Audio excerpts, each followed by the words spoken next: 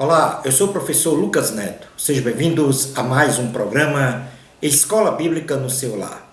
Hoje nós vamos estudar a lição de número 4, que tem como título Preparando-se para construir uma família. Dentro deste tema, nós vamos falar sobre 3 assuntos. E o primeiro deles será o caminho do amor. Em segundo lugar, vamos falar sobre namoro e noivado. E em terceiro lugar, vamos falar sobre casamento. Vamos então dar início à nossa aula de hoje. Item número 1. O caminho do amor.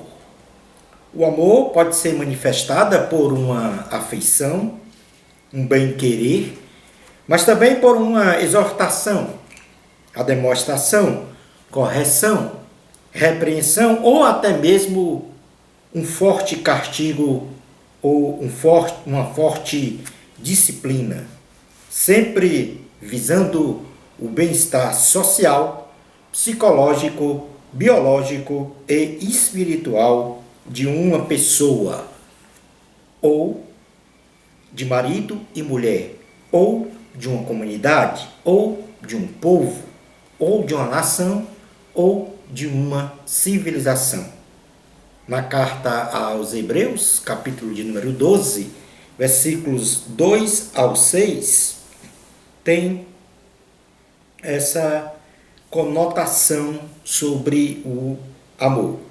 Ora, diz a palavra do Senhor, olhando firmemente para o autor e consumador da fé, Jesus, o qual, em troca da alegria que lhe estava proposta, suportou a cruz, não fazendo caso de ignomínia, e está sentado à destra do trono de Deus. Considerai, pois, atentamente aquele que suportou tamanha oposição dos pecadores contra si mesmo, para que não vos fatigueis, desmaiando em vossa alma. Ora, na vossa luta contra o pecado, ainda não tendes resistido até o sangue, e estáis esquecido da exortação que como a filhos, discorre convosco. Filho meu, não menospreza a correção que vem do Senhor, nem desmais quando por ele és reprovado, porque o Senhor corrige a quem ama, e açoita a todo filho a quem recebe. E aqui nós temos 2 condições do amor. A primeira, quando Cristo ele se entrega na cruz por todos nós, então numa prova de amor, sacrifício. E em segundo lugar, o amor aqui é onde existe uma correção, ou seja, a palavra diz que o Senhor corrige a quem ele ama. Então, portanto, o amor ele tem estas 2 conotações, de afeição ou de correção. Vamos então estudar agora, neste momento, as dimensões do amor. Jesus apontou o amor como a base essencial para o cumprimento dos 2 mandamentos mais importantes da lei, sendo este amor aplicado de forma pragmática em 3 dimensões. No Evangelho de Jesus, segundo escreveu Mateus, em seu capítulo de número 22, versículos 34 a 40, diz assim a palavra do Senhor. Mateus, capítulo 22, 34 a 40. Entretanto, os fariseus, sabendo que ele fizera calar os saduceus, reuniram-se em conselho. E um deles, intérprete da lei, experimentando, lhe perguntou, mestre, qual é o grande mandamento da lei? Respondeu-lhe Jesus, amarás o Senhor teu Deus de todo o teu coração e de toda a tua alma e de todo o teu entendimento. Este é o grande primeiro mandamento. O segundo, semelhante a este, é amarás o teu próximo como a ti mesmo. Destes 2 mandamentos dependem toda a lei e os profetas. Portanto, 3 são as dimensões do amor. A primeira, vertical, é o amor em direção a Deus. E para amarmos o Senhor, temos que renunciar os eus. Ou seja, o nosso ego. Nós temos que obedecer e amar a Deus de todo o coração. Este é a dimensão vertical, o meu amor para com Deus. O segundo é o horizontal. É o amor em direção às outras pessoas, considerando que amar ao próximo não é apenas ajudar alguém com bens materiais, mas, sobretudo, é levar estas pessoas a ter uma comunhão com Deus, para um perfeito equilíbrio em suas vidas, sob todos os aspectos. Então, é o amor horizontal, é o amor para com o próximo. E nós temos o amor em profundidade, que é o amor em direção para o interior de si mesmo, tendo cuidado de não confundir amar a si mesmo como ser amante de si mesmo. Ou seja, deve-se rejeitar qualquer sentimento egoísta ou egolátrico que fira os interesses de outrem. Temos que amar a si mesmo para uma boa e perfeita santificação, isto é, separação total do pecado. Os tipos de amor. O amor de Deus, então nós vimos aqui a dimensão vertical, horizontal e em profundidade. Agora vamos ver os tipos de amor. O amor de Deus é supremo. Contudo, existem outros tipos de amor que regem as relações sociais numa sociedade, aos quais passamos a defini-los agora. Primeiro é o amor eros. É o amor cuja manifestação é consolidada na atração física, no instinto sexual, na afeição, no desejo de consolidar uma aliança entre o marido e a esposa. Geralmente, este amor ele é distorcido pelas relações sexuais ilícitas e os desejos carnais e morais, derivando daí as palavras erotismo, erótico, etc. O segundo tipo de amor é o amor filial. É o amor emocional, sentimental, decorrente de uma atitude de simpatia, de empatia e verdadeira amizade. É um tipo de amor fraternal que nos permite gostar daquilo que nos agrada. Então, o filial é o amor entre os irmãos. Depois nós temos em terceiro lugar o amor estorge. Este é um amor existente entre pais e filhos, fruto da afeição parental, sendo este um tipo de amor mais sublime que existe entre os homens. Por exemplo, o amor da mãe para com o filho, guardado as devidas proporções, muito parecido com o amor ágape, que é o quarto tipo de amor, que é o amor de Deus. Então, o amor ágape é o amor que tem como origem o próprio Deus. Este amor é incondicional, sem visar recompensas, e que espera tão somente o bem-estar do próximo. Então, nós temos aqui 4 tipos de amor. Eros, que é o amor carnal, no caso, o instinto sexual. O amor filial, que é o amor fraternal, ou seja, entre irmãos, no sentido de amigos, de amizade. O amor estorge, que é o amor entre pais e filhos. E temos o amor ágape, que é o amor de Deus, que tem origem em Deus, sendo um amor incondicional. Então, destes 4 tipos, nós vamos falar agora sobre o amor ágape. Os atributos do amor ágape. A manifestação do amor ágape de nós para com o próximo não é opcional. Na realidade, é este amor que nós temos que extravasar do nosso ser para com o próximo, para com todas as pessoas. Na realidade, este amor é uma ordenança do Senhor Jesus, e para isso nós devemos ter este amor inundando o nosso coração. E este amor vai inundar o nosso coração se houver o presidir do Espírito Santo em nosso ser, na nossa vida. segundo a nossa integral absorção do caráter de Cristo. Na primeira carta de João, capítulo de número 4, versículos 7 a 21, diz assim a palavra do Senhor: Amados, amemo-nos uns aos outros, porque o amor procede de Deus, e todo aquele que ama é nascido de Deus e conhece a Deus. Aquele que não ama não conhece a Deus, pois Deus é amor. Nisto se manifestou o amor de Deus em nós, em haver Deus enviado o seu Filho unigênito ao mundo, para vivermos por meio dele. Nisto consiste o amor, não em que nós tenhamos amado a Deus, mas em que ele nos amou e enviou o seu Filho como propiciação pelos nossos pecados. Amados, se Deus de tal maneira nos amou, devemos nós também amar uns aos outros. Ninguém jamais viu a Deus. Se amarmos uns aos outros, Deus permanece em nós e o seu amor é em nós aperfeiçoado.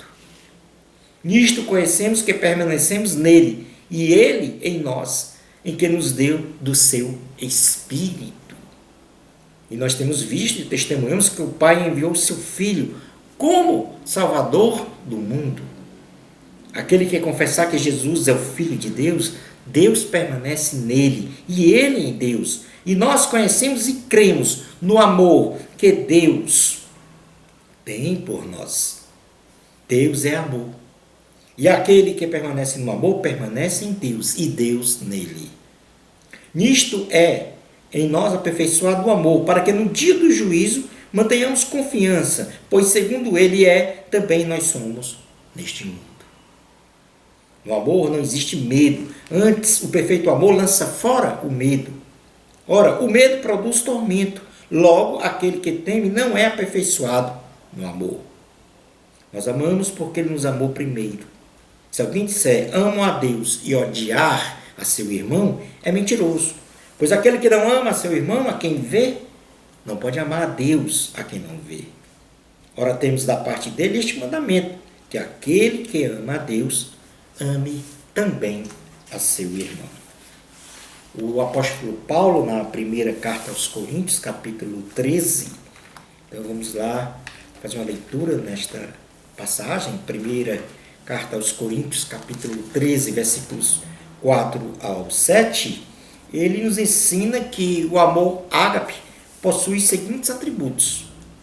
Então vamos lá. O amor é paciente, é benigno. O amor não arde em ciúmes, não se ufana, não se ensoberbece, não se conduz inconvenientemente, não procura os seus interesses, não se exaspera, não se ressente do mal, não se alegra com a injustiça, mas regozija-se com a verdade. Tudo sofre, tudo crê, tudo espera, tudo suporta. O amor jamais acaba, mas havendo profecias, desaparecerão. Havendo línguas, cessarão.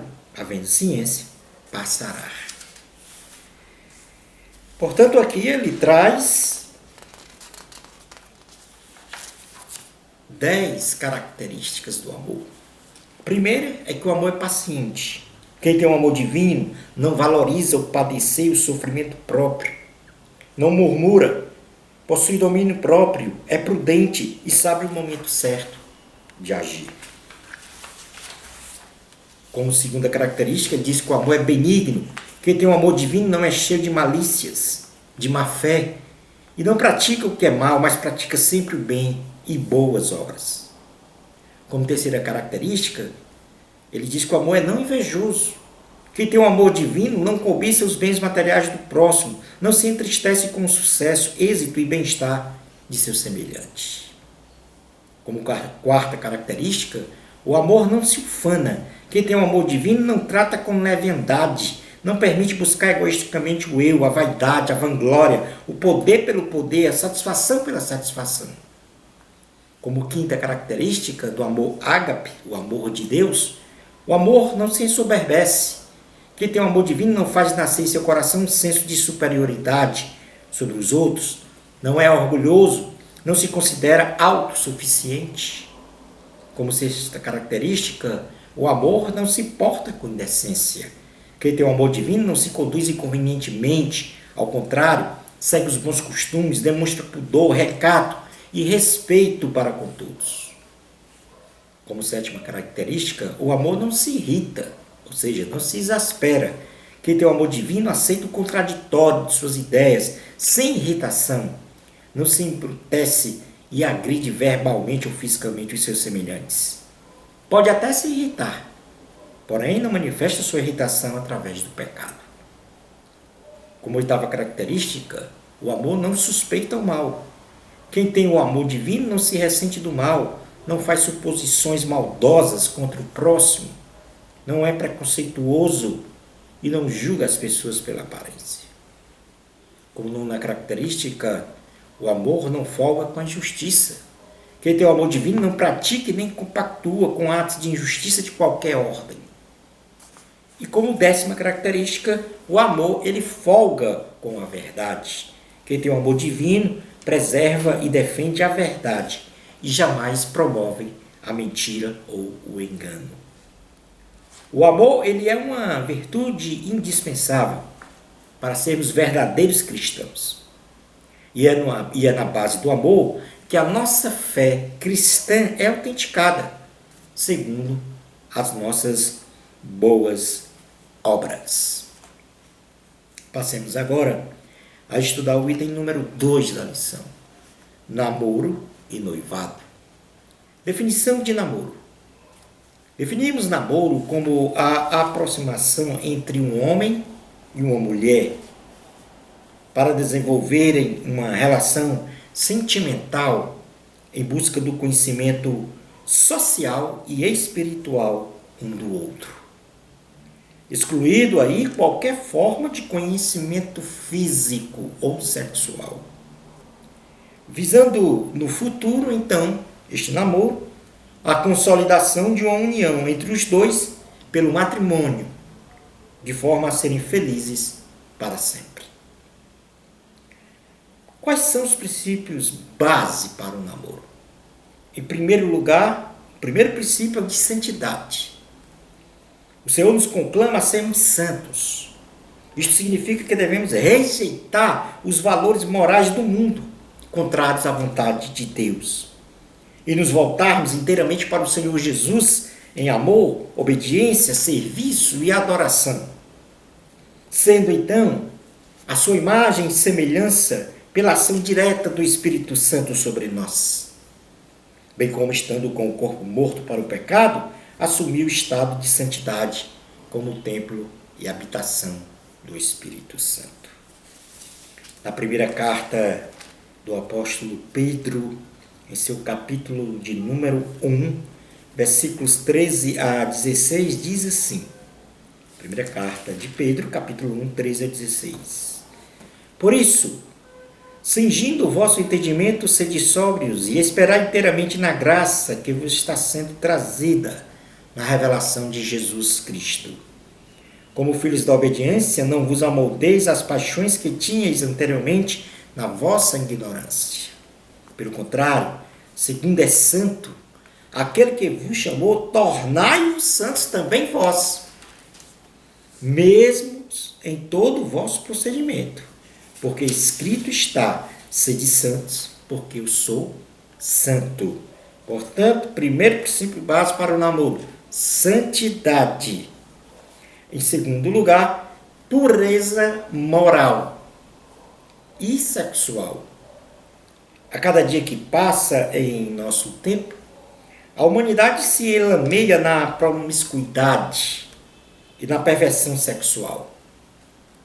Cotidianamente, os espíritos sodomitas agem sobre as pessoas e as famílias, bombardeando-as por orientações sexuais ilícitas e estímulos a práticas sexuais antibíblicas, especialmente através da mídia escrita, falada e televisiva. O culto ao deus Eros, deus do pseudo-amor na mitologia grega, já é uma realidade entranhada no corpo, na alma e no espírito da sociedade. E é por isso que devemos estudar sobre a sexualidade à luz da Bíblia, para não sermos engolfados por esta podridão do sexo e da sexualidade apresentada pelos sodomitas, que desvirtuou sua pureza e sacralidade dada e criada por Deus. Na primeira carta aos Tessalonicenses, em seu capítulo de número 4, versículos 1 ao 8, diz o seguinte: finalmente, irmãos, nós vos rogamos e exortamos no Senhor Jesus, que como de nós recebestes, quanto à maneira porque deveis viver e agradar a Deus, e efetivamente estáis fazendo. Continueis progredindo cada vez mais, porque estáis inteirados de quantas instruções vos demos da parte do Senhor Jesus. Pois esta é a vontade de Deus, a vossa santificação, que vos abstenhais da prostituição, que cada um de vós saiba possuir o próprio corpo em santificação e honra, não com o desejo de lascívia, como os gentios que não conhecem a Deus. E que nesta matéria ninguém ofenda nem defraude ao seu irmão, porque o Senhor, contra todas estas coisas, como antes vos avisamos e testificamos claramente, é o vingador. Porquanto Deus não nos chamou para a impureza, e sim para a santificação. Dessarte, quem rejeita estas coisas, não rejeita o homem, e sim a Deus, que também vos dá o seu Espírito Santo, tanto pureza moral e sexual no namoro. Como terceira base do namoro, nós temos a fidelidade. E a fidelidade é caracterizada por uma conduta justa e de lealdade, de sinceridade para com a pessoa. O relacionamento sentimental entre um homem e uma mulher, especialmente no namoro, deve ser permeado por diálogo sincero, confiável e honesto, com palavras verdadeiras. Um exemplo de fidelidade é o de Jó, por exemplo, para com Deus. Então Jó, e nós vamos ler aqui Jó no capítulo de número 1, versículos 6 e 8, quando ele diz assim, aliás, o Senhor é quem fala e diz: no dia em que os filhos de Deus vieram apresentar-se perante o Senhor, veio também Satanás entre eles. Então perguntou o Senhor a Satanás: de onde vens? Satanás respondeu ao Senhor e disse: de rodear a terra e passear por ela. Perguntou ainda o Senhor a Satanás: observaste o meu servo Jó? Porque ninguém há na terra semelhante a ele, homem íntegro e reto, temente a Deus e que se desvia do mal. No capítulo 2, versículos 7 a 10, acontece um fato que prova a fidelidade de Jó para com Deus. Então saiu Satanás da presença do Senhor e feriu a Jó de tumores malignos, desde a planta do pé até o alto da cabeça. Jó, sentado em cinza, tomou um caco para com ele raspar-se. Então sua mulher lhe disse: ainda conservas a tua integridade? Amaldiçoa a Deus e morre. Mas ele lhe respondeu: falas como qualquer doida. Temos recebido o bem de Deus e não receberíamos também o mal? Em tudo isto não pecou Jó com os seus lábios. Portanto, Jó demonstra aqui a fidelidade para com Deus. Esta mesma fidelidade, ela tem que ser demonstrada, experimentada entre um homem e uma mulher no namoro. Algumas situações problema para o namoro. Em primeiro lugar, uma situação problema para o namoro é se ele foi iniciado só para ficar, curtir uma experiência sem qualquer plano de se casarem. É um problema. O segundo elemento que coloca o namoro como problema é se este namoro é realizado com promiscuidade, com libertinagem sexual, onde não há respeito mútuo. Uma terceira situação problema é se o namoro foi efetivado por uma revelação que alguém fez e que diz ter recebido de Deus. Ou seja, alguém une um homem a uma mulher dizendo que ali houve uma profecia de Deus para que aquilo acontecesse. É muito comum isso ser verificado quando, na realidade, Deus não falou. Mas as pessoas usam o nome de Deus como dizendo ser uma revelação do Senhor. E não é. Uma quarta situação, problema, é que o namoro ele está eivado de ciúmes. É problema.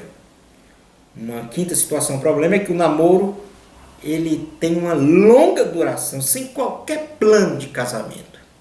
Também se torna um problema. E em sexto lugar, os namorados possuem diferenças, quando os namorados possuem diferenças significativas de pensamentos, de crença, ou seja, de fé e de conduta moral, também este namoro pode se tornar um grande problema. Passemos agora a ver a parte do noivado, e isso na definição. Definimos noivado como uma promessa de aliança para o casamento entre um homem e uma mulher, sendo uma fase seguinte ao namoro que consolida uma preparação para o matrimônio. Vejamos também alguns princípios base para o noivado. Em primeiro lugar, o noivado deve ter e obedecer os mesmos princípios do namoro, ou seja, santidade, pureza moral e fidelidade.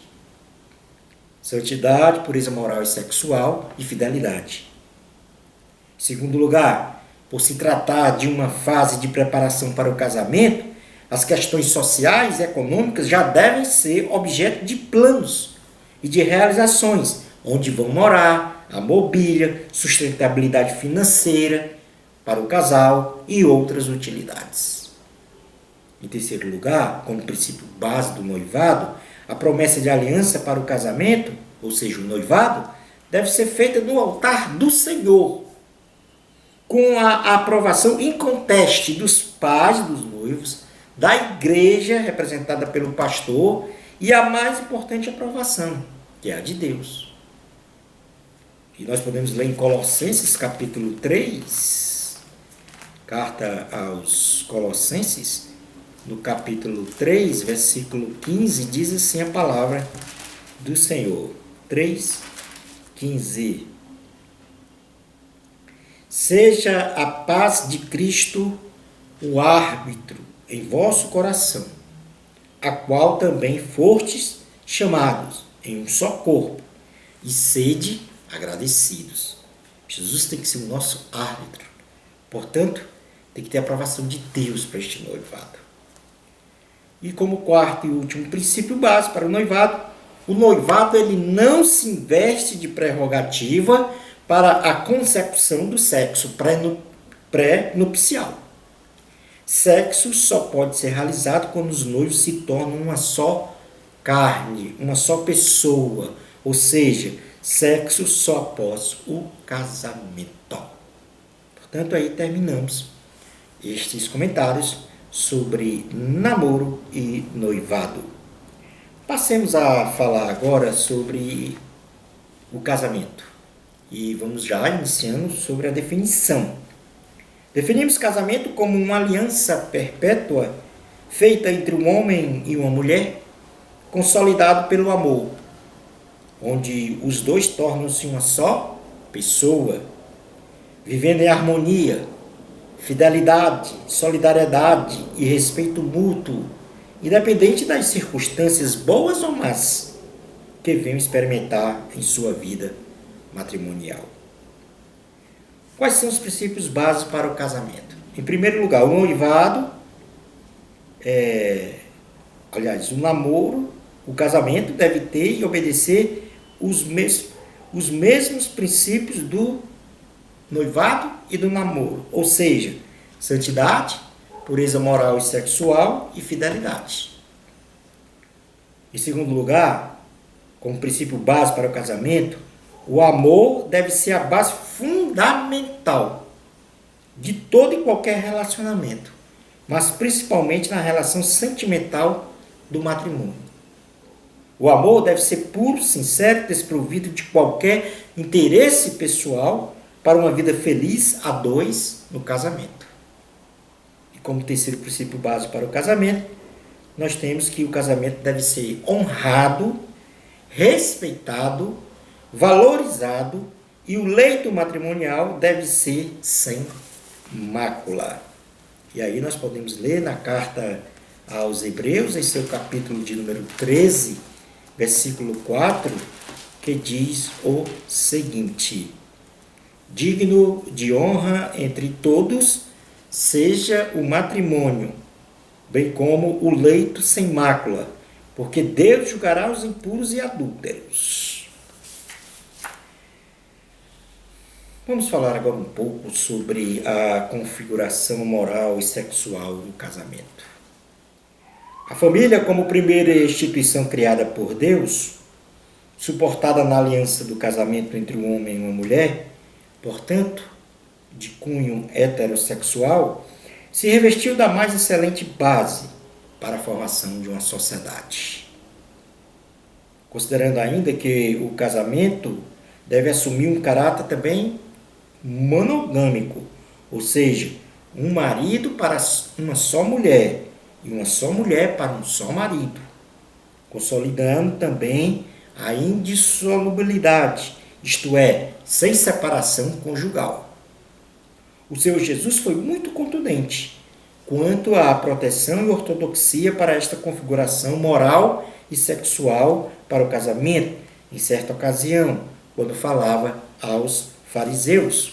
E isto está registrado no Evangelho de Cristo, segundo escreveu Mateus, em seu capítulo de número 19, versículos 3 ao 6, que diz o seguinte: Mateus 19, versículos 3 ao 6. Vieram a ele alguns fariseus e o experimentavam, perguntando: é lícito ao marido repudiar sua mulher por qualquer motivo? Então respondeu ele, no caso Jesus, não tendes lido que o Criador desde o princípio os fez homem e mulher? E que disse, por esta causa deixará o homem pai e mãe e se unirá à sua mulher, tornando-se os dois uma só carne? De modo que já não são mais dois, porém uma só carne. Portanto, o que Deus ajuntou, não o separe o homem.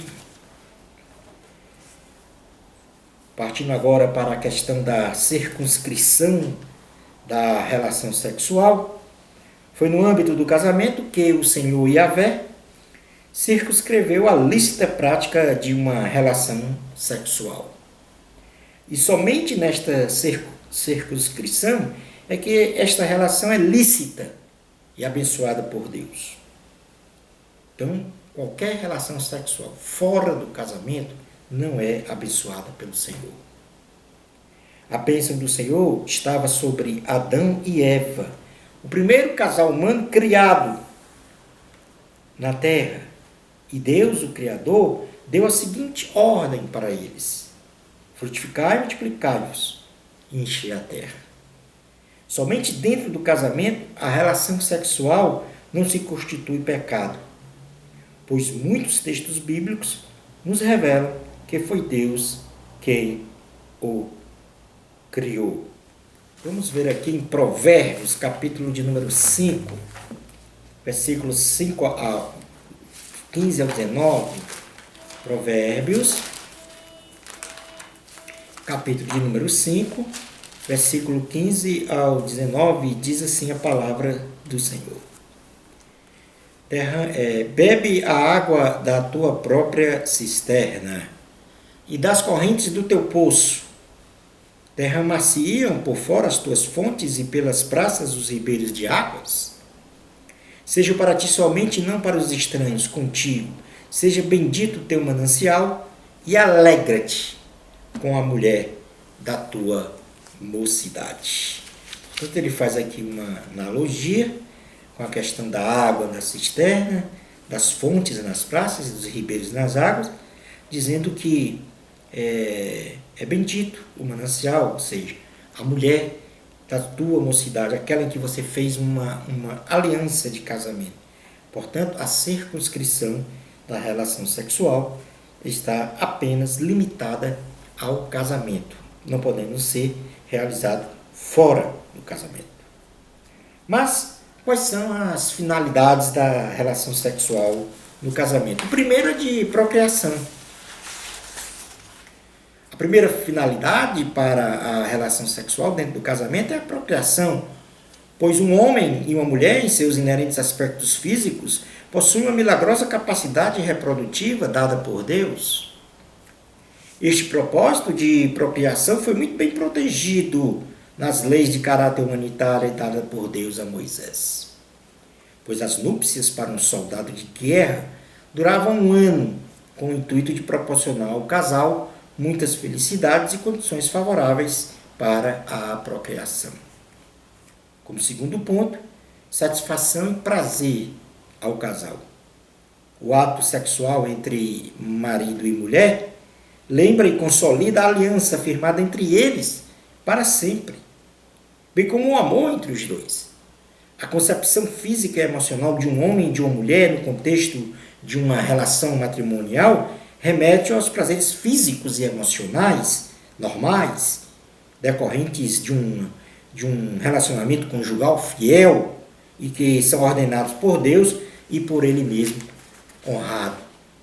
Portanto, as finalidades da relação sexual no casamento, em primeiro lugar, de procriação e, em segundo lugar, satisfação e prazer do casal. Motivações para a relação sexual no casamento. Primeiro, o amor. A sociedade pós-modernista, melhor dizendo, neste culto desenfreado ao Deus Eros, pratica o sexo meramente para satisfazer prazer carnais. Entretanto, a Bíblia Sagrada instrui aos cristãos a praticar a relação sexual somente depois do casamento e motivado pelo amor. Nós podemos ler na primeira carta aos Coríntios, capítulo 7, versículo 3, que diz o seguinte: primeira carta aos Coríntios, capítulo 7, versículo de número 3. O marido conceda à esposa o que lhe é devido, e também, semelhantemente, a esposa ao seu marido. O apóstolo Paulo aqui estava se referindo acerca da relação sexual no casamento e em amor. Como segunda motivação para a relação sexual no casamento, nós temos o respeito. A relação sexual entre os cônjuges deve guardar o devido respeito, pois a palavra de Deus registra de forma incontestável que o corpo da esposa deve ser honrado pelo marido e a esposa deve honrar o corpo do marido. E isso está escrito na primeira carta de Pedro, capítulo de número 3, versículo 7, que diz o seguinte: maridos, vós igualmente vivei a vida comum do lar, com discernimento, e tendo consideração para com a vossa mulher, como parte mais frágil, tratai-a com dignidade, porque sois juntamente herdeiros da mesma graça de vida, para que não se interrompam as vossas orações. Para uma relação conjugal baseada no amor, não há espaço para submeter o cônjuge a constrangimentos, humilhações, obrigação de fazer sexo, indecências que ferem a dignidade alheia, colocando o cônjuge em situação de inferioridade moral. Como terceira motivação para a relação sexual no casamento, nós temos então a alegria.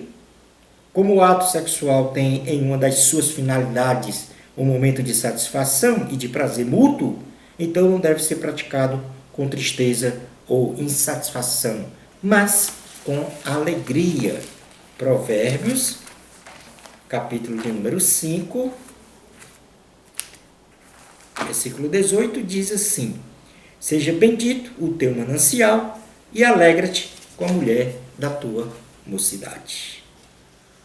Concluindo a aula de hoje, a maturidade biológica, psicológica, social e espiritual de um homem e de uma mulher no casamento é plenamente alcançada quando o namoro e o noivado foi vivido e realizado segundo os princípios da palavra de Deus, em oração e em comunhão com o Senhor. Uma bênção especial de Jesus para você. Amor a Cristo. A glória é de Deus. Até ao nosso próximo programa Escola Bíblica no seu lar, se Deus permitir.